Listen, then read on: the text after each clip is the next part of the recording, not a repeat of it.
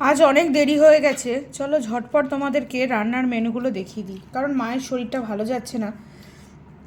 আর রান্না করতে করতে অনেক দেরি হয়ে গেছে, আর অনেককে খেতে দেওয়াও হয়ে গেছে, অনেকেরই খাওয়া হয়ে গেছে। এখন বসেছি আমি, মা আর কয়েকজন খেতে। চলো দেখিয়ে দিই কী কী রান্নার মেনু হয়েছে। এইটা হচ্ছে লাল শাক, যেটা এই যে বড়ি বড়ি ভেজে পোস্তর গুঁড়ো দিয়ে বাদাম দিয়ে এই লাল শাকটা করা হয়েছে, দারুণ খেতে হয়েছে, সবাই বলেছে লাল শাকটা। আচ্ছা, এর আর রয়েছে এই যে ওল, আলু দিয়ে ওল দিয়ে শুকনো শুকনো করে একটা তরকারি হয়েছে।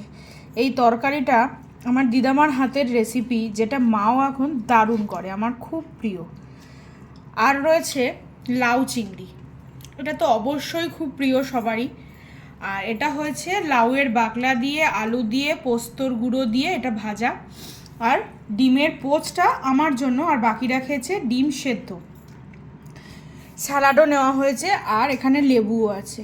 আজকের এই হচ্ছে সিম্পল লাঞ্চ মেনু, কিন্তু অনেকগুলো আইটেম হয়ে গেছে, 1 2 3 4, আবার যদি এটা নিই ডিম নিই 5টা আইটেম। সব কটা আইটেমই কিন্তু আমাদের কাছে খুব প্রিয়, আর এরকম আইটেমগুলোই বেশি ভালো লাগে। চলো আর দেরি করছি না, তাড়াতাড়ি খেয়ে নিই।